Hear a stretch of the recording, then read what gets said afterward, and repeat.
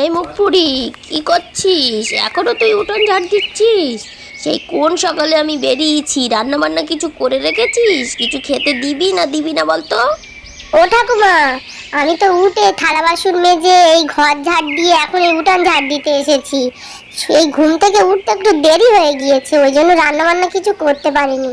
তুমি ঘরে চলো, তোমায় চা করে দিচ্ছি, একটু চা খেয়ে নাও। এই রাখ তো তোর চা, জানিস না আমার চা খেলে অ্যাসিডিটি হয়? তুই আমার চা দিতে চাইছিস? বাবা মা তো সেই কোন সকালে মারা গিয়েছে, আর নিজে বেলা বেঁচে থেকে আমার হাড় জ্বালাচ্ছিস। তো লজ্জাও করে না বল? দু পয়সা তো আয়ও তো করতে পারিস, যে বুড়ির হাতে একটু খেটে দিই, তাও তো না।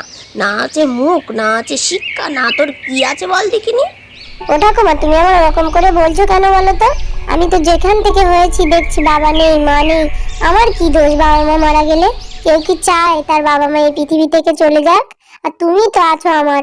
তুমি কেন আমার বকছো ঠাকুমা বলো তো? আমি তো তোমার সংসারে সব কাজ করে দেই। থাক দেখিনি বাপু, অত পাকা পাকা কথা বলতে হবে নি তোর। যা, একটু ডাবসটা নিয়ে যা, পুকুর থেকে একটু জল গড়িয়ে নিয়ে আয়, বাড়িতে খাবার জলটুকুও পর্যন্ত নিয়ে যা তো যা। ওর পিতা জল বোড়াচ্ছিল আর সেই টাইমেই সেখানে হাজির হয় ওই গ্রামের মোড়ল।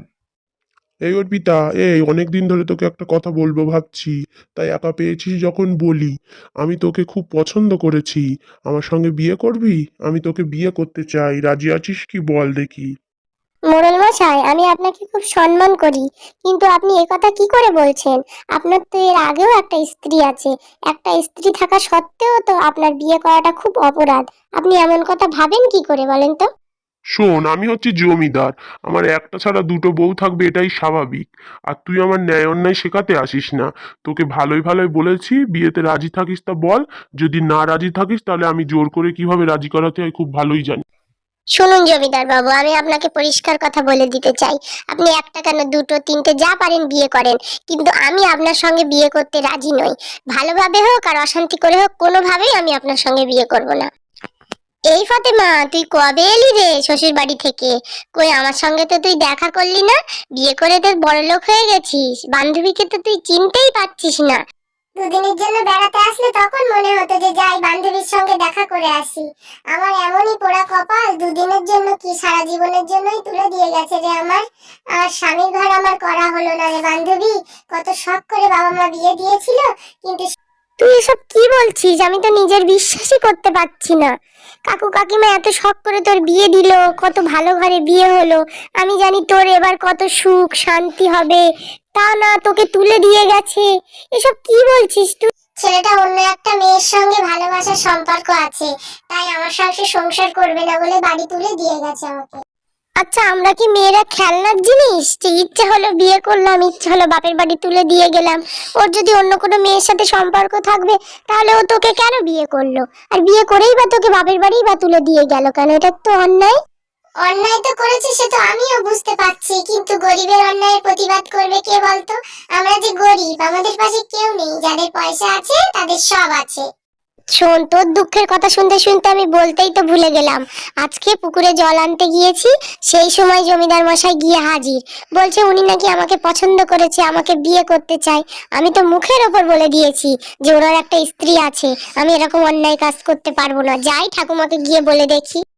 ও ঠাকুমা, জল তুলে দিয়েছি রান্নার কাছে, এবার কি রান্না করতে হবে বলো।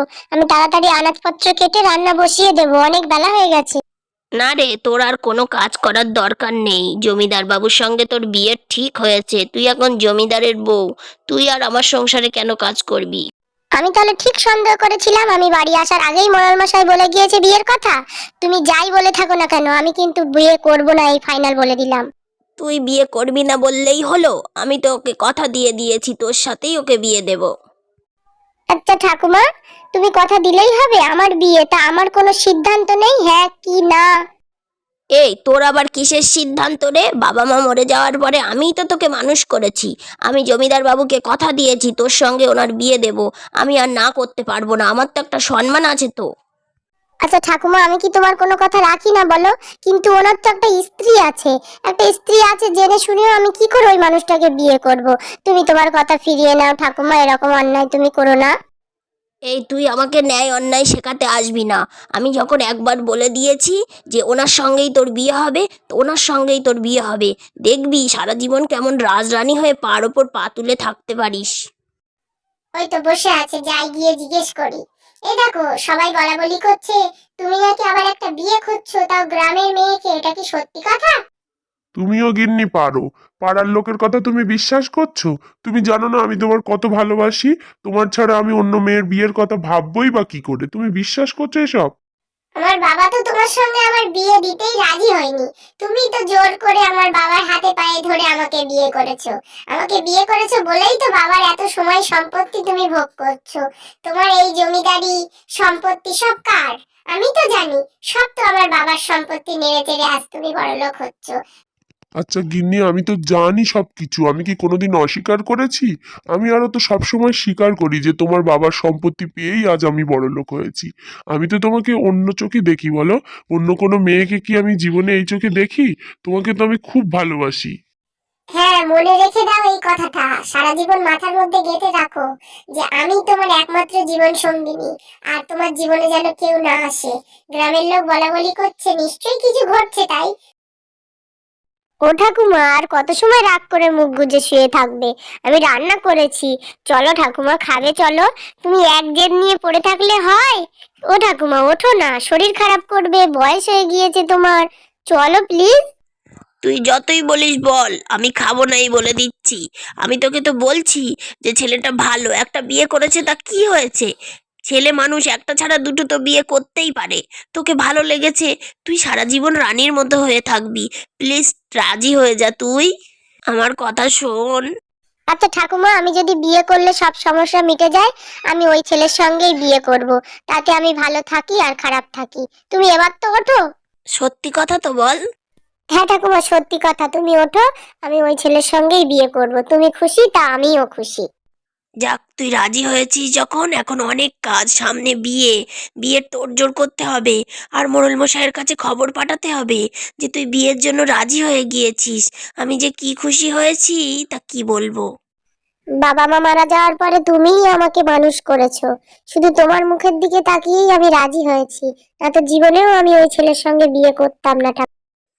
এই বলে ধুমধাম করে তার পরের দিন রাতে বিয়ে হয়ে যায়। আর মোড়লমশাই নতুন বউকে নিয়ে তার ওই জমিদার বাড়িতে আসে। আর তখনই উপস্থিত হয় তার বড় বউ। বাহ বাহ, আমার সন্দেহটাই তাহলে ঠিক হয়েছে। তাহলে গ্রামের মানুষজন ঠিক বলা বলি করছিল। তাই তো বলি, কোনো কিছু না ঘটলে তো কিছু রটে না। তোমার মনে মনে তাহলে ওই মেয়েকে বিয়ে করার ইচ্ছা হচ্ছিল, আর আমার সঙ্গে ফাজলামো মারছিলে এতদিন। গিন্নি, তুমি হচ্ছে বড় বউ, তুমি এই সংসারের মালকিন। ও তো গরিব ঘরের মেয়ে, ও তোমার কোনো কাজেই নাক গলাবে না। তুমি চিন্তা করো না। আর জমিদারদের একটা দুটো বিয়ে থাকবে, এটাই তো স্বাভাবিক। এত রাগ করছো কেন গিন্নি? আমি তো তোমাকে ভালোই বাসি, আর সারা জীবন ভালোবাসবো। তুমি আমাকে কত ভালোবাসো তা আমার জানা হয়ে গেছে। তুমি আমাকে যদি ভালোবাসতে তাহলে ওই মেয়েটাকে বিয়ে করে আনতে না। আমি হচ্ছে জমিদারের মেয়ে। তুমি আমাকে বিয়ে করে বাবার পুরো একটা সম্পত্তি তুমি পেয়ে গেছো। পায়ের উপর পা তুলে তুমি খাচ্ছ। আর আজকে কি করলে? তুমি একটা মেয়েকে বিয়ে করে আনলে। ওকে বাড়ির থেকে বের না করলে আমি তোমার সমস্ত সম্পত্তি কেড়ে নেবো, এই বলে দিলাম। গিন্নি, চড়ছো কেন? এখানে আবার সম্পত্তি নিয়ে নেওয়ার কথা তুলছো কেন? তোমার যদি পছন্দ না হয় তাহলে বলো, ওকে আমি বাড়ি থেকে বের করে দিচ্ছি, তুমি যা বলবে। গিন্নিমা, আমাকে দয়া করে বাড়ির থেকে বের করবেন না।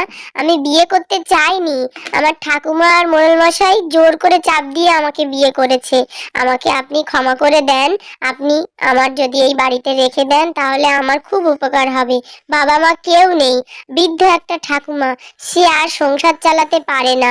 দয়া করে আমাকে এই বাড়ি থেকে বের করবেন না। আমি আপনার সব কাজ করে দেব। আপনি যা বলবেন সেই মতোই আমি চলবো।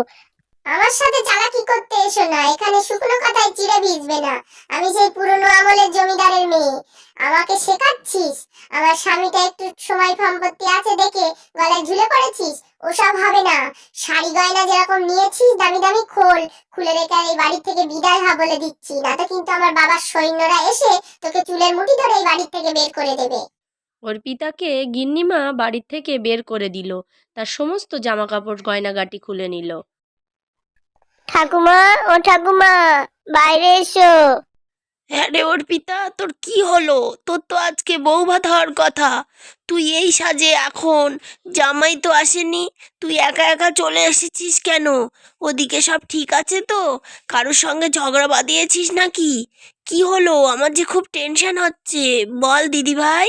জমিদার বাবুর উপরে রাগ করেছিস? ওসব রাগটাগ কিছু না গো ঠাকুমা। ওনার যে প্রথম স্ত্রী আছে, উনি তো এক বড়লোক জমিদারের মেয়ে, খুবই রাগী। উনি আমাকে বাড়ি থেকে বের করে দিয়েছে, বলেছে উনি সতীন চায় না, আর জমিদার বাবু যদি বেশি কিছু করে ওনার জমিদারিত্ব কেড়ে নেবে বলেছে। তাই আমি চলে এসেছি। ওরে মুখ পুরি, তুই চলে এলি কেন? তুই তো জমিদার গিন্নির পায়ে ধরে থাকতে পারতিস।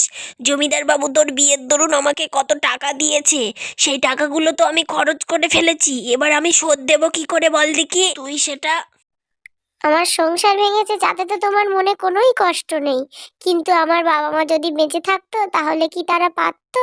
আমার বাবা মা নেই বলে আজ আমার মনে এত দুঃখ, এত কষ্ট আমার কপালে। ভগবান, তুমি আমার বাবা মাকে কেন তুলে